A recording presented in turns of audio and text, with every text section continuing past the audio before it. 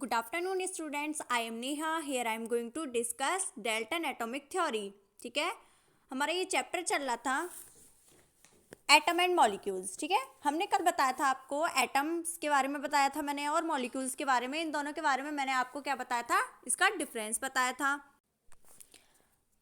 Law बताए थे इसके, लॉ ऑफ कंजर्वेशन ऑफ मास बताया था, law of conservation constant properties. ठीक है, ये बताया था. ये हमने लॉज डिस्कशन किए थे. आज हम जो डिस्कस करेंगे उस डेल्टन एटॉमिक थ्योरी करेंगे. ठीक है, ये जो दो लॉज आए थे, है ना, टू लॉज थे ना, law of conservation of mass and law of constant properties. Two laws पढ़े थे हमने. इन दोनों ही लॉज को आगे डिफाइन किया डेल्टन ने. ठीक है, उन्होंने क्या क्या बोला, मतलब इसको और थोड़ा ज़्यादा एक्सप्लेन करके, ठीक है, उसको डीपली पढ़ के उसको और ज़्यादा एक्सप्लेन किया डेल्टन ने. उन्होंने क्या बताया अपनी थ्योरी में, उन्होंने बताया कि फर्स्ट बताया उसने, all matter is made of very टिनी particle called atom.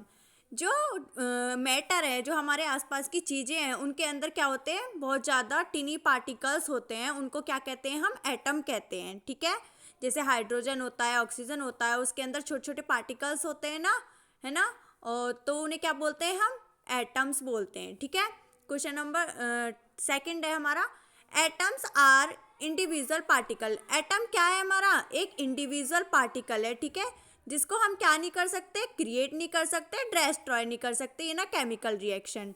ठीक है, यही बताया था. लॉ ऑफ कंजर्वेशन ऑफ मास में बताया था मैंने कि जो रिएक्टेंट होती है, जैसे ए प्लस बी, ठीक है, is equal to C plus D, यही बताया था. इसका 1 kg मास ले लिया मैंने और इसका ले लिया मैंने 2 kg. तो इसका जो प्रोडक्ट आएगा वो कितना आएगा, 3 kg ही आएगा इन दोनों का प्रोडक्ट. ठीक है, जो रिएक्टेंट साइड में इसका जो मास है वो सेम होगा किधर, प्रोडक्ट साइड में. ठीक है, तो इसको ना ही हम क्रिएट कर सकते हैं ना ही डिस्ट्रॉय कर सकते हैं केमिकल रिएक्शन के अंदर. ठीक है, नेक्स्ट पॉइंट है हमारा point 3, atom of a given element are identically in mass and chemical properties. जो एटम है उसकी कोई ना कोई केमिकल मास होता है और उसकी कोई ना कोई केमिकल प्रॉपर्टीज होती हैं. ठीक है, फोर्थ पॉइंट है हमारा, atom of different element have different mass. जो हमारा एटम है उसके तो डिफरेंट एलिमेंट्स होते हैं और डिफरेंट मास होते हैं केमिकल प्रॉपर्टीज में. कैसे, देखो, जैसे कि 2H है. ठीक है, H कितना है, 2 है मेरे पास, और ऑक्सीजन कितना है मेरे पास, 1 है. ठीक है, तो ये जब प्रोडक्ट होगा, मतलब ये जब आएगा, है ना, जब प्रोडक्ट होकर आएगा तो ये क्या बनेगा, H2O बनेगा. ठीक है, जो इसका जो मास है वो बिल्कुल, जैसे इधर हाइड्रोजन 2 है तो मेरे इधर भी हाइड्रोजन कितने होंगे, 2 ही होंगे. ठीक है, इधर ऑक्सीजन 1 है तो इधर क्या होगा, ऑक्सीजन मेरा 1 ही होगा. ठीक है, इनके सेम मास रहते हैं, मतलब डिफरेंट मास रहते हैं. ठीक है, हर एलिमेंट का क्या होगा, मास कैसा होगा, डिफरेंट होगा. जैसे कि हाइड्रोजन का मास कितना होता है हमारा, 1 होता है. ठीक है, हाइड्रोजन का 1 होता है. कार्बन का कितना होता है, एटॉमिक नंबर 6 होता है, और मास कितना होता है इसका, 12 होता है. ठीक है, तो हर, इसका हाइड्रोजन का 1 है और इसका 12 है. ठीक है, तो इन दोनों का क्या है, एटॉमिक मास जो है वो क्या है, डिफरेंट होता है. ठीक है, हर एलिमेंट का. फिफ्थ पॉइंट क्या है हमारा, the relevant number and kits of atom are constant in a given compound.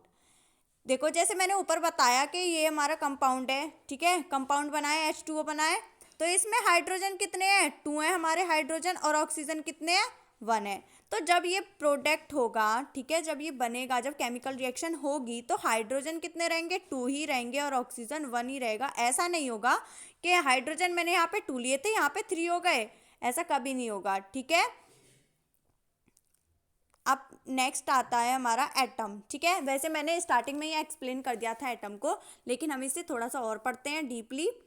Atom, atom is the smallest unit of matter. Atom क्या है, स्मॉलेस्ट यूनिट है किसकी, मैटर की. ठीक है, जो मैटर है उसकी क्या है, ये एक स्मॉलेस्ट यूनिट है, विच मे और may not have an independent existence but always take part in a chemical reaction.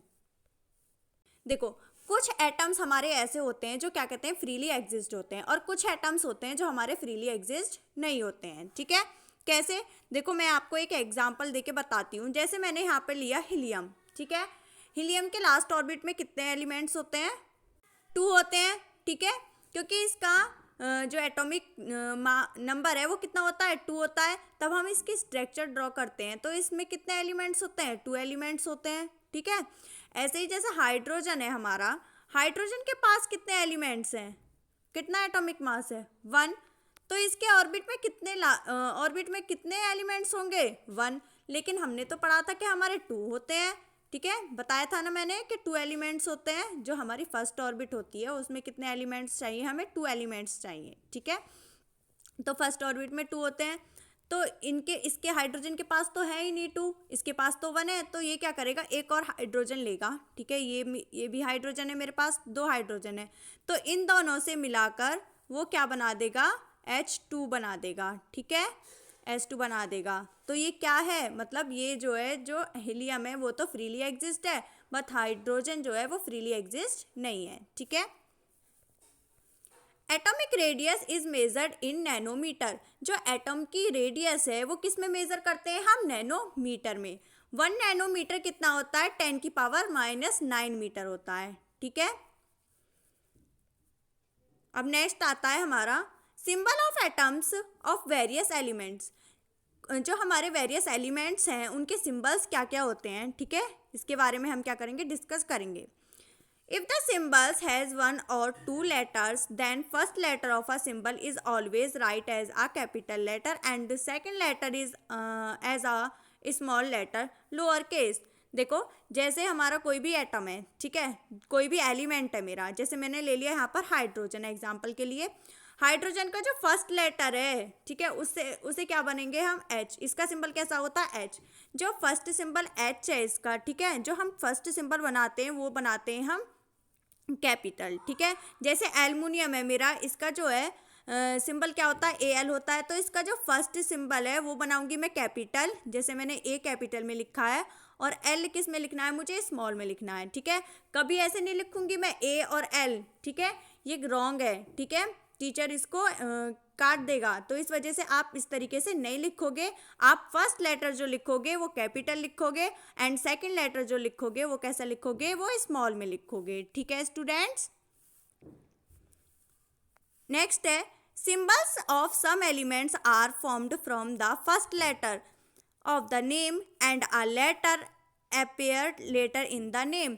जो कुछ एलिमेंट्स ऐसे होंगे जिनका जो फर्स्ट लेटर है वो स्टार्ट तो होंगे फर्स्ट लेटर से, ठीक है। देखो यहाँ पे देखो, फर्स्ट में मैंने बताया कि जैसे हाइड्रोजन है, ये तो सिर्फ H लिखा मैंने, और एल्युमिनियम मतलब ये इसका फर्स्ट और सेकंड लेटर से मिलके बना है इसका सिंबल। पर कुछ एलिमेंट्स ऐसे होंगे जिनका फर्स्ट और थर्ड लेटर से मिलके बना होगा, जैसे Z ले लिया, ZN है इसका सिंबल, तो N कौन से नंबर पर है, 3 नंबर पर है, तो ये ZN इसका सिंबल हो गया जिंक का, ठीक है। जैसे यहाँ पे मैंने क्लोरीन लिया है, तो क्लोरीन का C हो गया और L हो गया, ठीक है। इस तरीके से कुछ एलिमेंट्स ऐसे होंगे। नेक्स्ट है other symbols have been take from the name of element in Latin, German and Greek. कुछ एलिमेंट्स ऐसे होते हैं जो क्या कहते हैं, किसी दूसरी लैंग्वेज में नेम तो उसका, जैसे आयरन, गोल्ड, सिल्वर, पोटेशियम, ठीक है, ये है इनके नेम, पर इनके सिंबल्स देखो आप, इनके सिंबल्स क्या हैं, अलग हैं। तो इनके जो सिंबल्स हैं वो इनकी लैटिन लैंग्वेज से, जर्मन एंड ग्रीक लैंग्वेज के इनके जो नेम होते हैं उनसे मिलकर बने हुए होते हैं, ठीक है।